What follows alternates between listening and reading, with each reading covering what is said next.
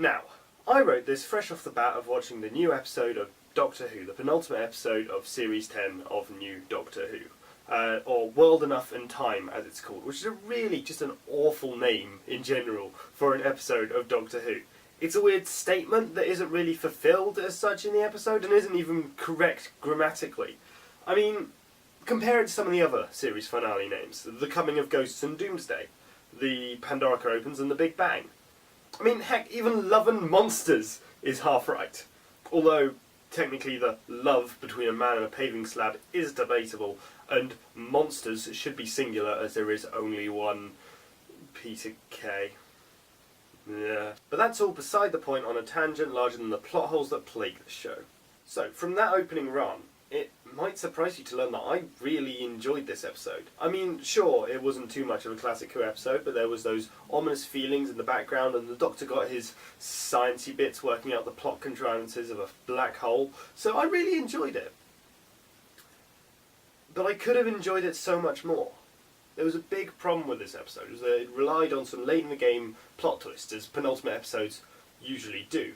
I mean, well, might as well list them all. Revealing the Daleks and the Cybermen, releasing the Toclafane, the Doctor regenerating, turning the entire world into John Sim, the Doctor being imprisoned, Amy dying to an Auton Rory, and the world literally imploding. Damn, Moffat really wanted to cram every plot twist in there. Perhaps because of that, Series 6 didn't have a two-parter, neither did Series 7 so much. However, there were big plot twists, including turning out that the Doctor was in fact that big human robot from that episode when they said they were going to kill that really evil guy, but then instead just threw him in a cupboard. Or Series 7, where Moffat got greedy and had 3 series finales. The one where John Hurt is now the Doctor and Clara is literally the very thing holding the entire fabric of reality together. The one where it turned out that that big bad thing that the Doctor did didn't actually happen, and when he's older he's going to turn back to the beautiful eyebally face of Mr. Tom Baker. The one where the town was literally called Christmas, Matt Smith got old and then really young again, Clara was naked for most of it, calm down you fanboys, and he got a load of regenerations from Gallifrey because they can do that now. Nearly there. Right, Season 8. Gave us the plot twist of the dead and all now Cyberman, and Missy is a thing, I guess. Series 9 gave us the Doctor returning to Gallifrey, and so much goddamn Clara, for Christ's sake, get over yourself, Little Miss Generic! And then there's Series 10. World Enough and Time, nope, that's not getting nice to say at all, has 3 big plot twists.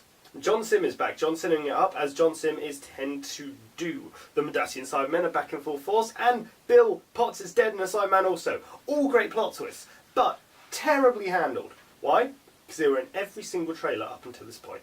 Every damn one had either the Mendacian Cybermen or John Sim in. So when Mr. Razor ripped off his face and revealed that beautiful, beautiful goatee, what happened is that we were all like, duh. We were expecting it. The slow build-up to the Mendacian Cybermen could have been exceptional if you took out the fact that we knew that they were coming. They would look like a weird new monster until this last moment reveal. It would have been fantastic. The writing was perfectly set up to facilitate this. But the hype train spoiled it. There was also the matter of Bill. Bill died and I was happy. Not that Pearl Mackie's character passed away per se. I really loved the character of Bill, but that she straight up got shot and then converted. Bill Potts was a person who travelled with the Doctor until she died. She wasn't the impossible girl. She didn't become half Time Lord. She didn't look into the heart of the TARDIS. She was normal and they killed her off. Good. Finally Moffat didn't tiptoe around it. Just straight up happened. And it was sudden and well written. The cruel irony of the Doctor talking about how fragile Bill was might have been a bit on the nose, but at least that was that. But even that was spoiled. The day before the two-parter, Mackie and Moffat were in an interview where they revealed that Bill wouldn't be returning next season. Now, it's not saying that they spoiled that she would die, but, well, we knew that something was going to happen. So why do these get spoiled? Well, there's one simple reason. The BBC panicked. And you can see why. Unfortunately, Doctor Who has been dropping ratings since Matt Smith regenerated, probably due to what many people regard as the weakest series of New Who, Series 8. This was the first time we had an older Doctor in New Who, and that had to be developed, but instead we focused on Space Jesus Girl and her relationship with the well-building army boyfriend. Sure, it had a few good episodes, I love Flatline, but it started this decline of the core audience. I believe that this has understandably scared the BBC. Doctor Who is one of their biggest properties, so they need to get their viewers back.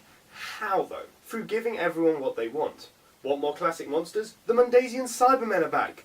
Not really happy with Missy? John Sim is back. Just watch the show, please. The problem is, in that doing this, they reduce the tension in the show. People willing to give the show another go will know what is coming, and so the episode will seem transparent or boring. And spoiling the episode for those already watching, it's a misstep in my personal opinion, but at least it's one that I can understand. I hope that they learn from this fan backlash and change their marketing strategy for the Chibnall era. Side note, the one thing that I do appreciate about this year, it wasn't that there was no big reveal for the new Doctor like there was with Capaldi. That Zoe Ball reveal show kind of felt a bit weird and cringy, whereas this year most people think that Chris Marshall is Locke, but there's not really been much say on who's actually going to be on it, apart from one slight tease in a trailer which people think is Chris Marshall. You know, for the most part they did it properly this year, so props for that. But yeah, that's my first attempt at this sort of opinion vlog kind of thing. So let me know what you think, and if you want, subscribe. I mean, it's free after all. Or don't, you know, it's your life, I'm not going to impose on you.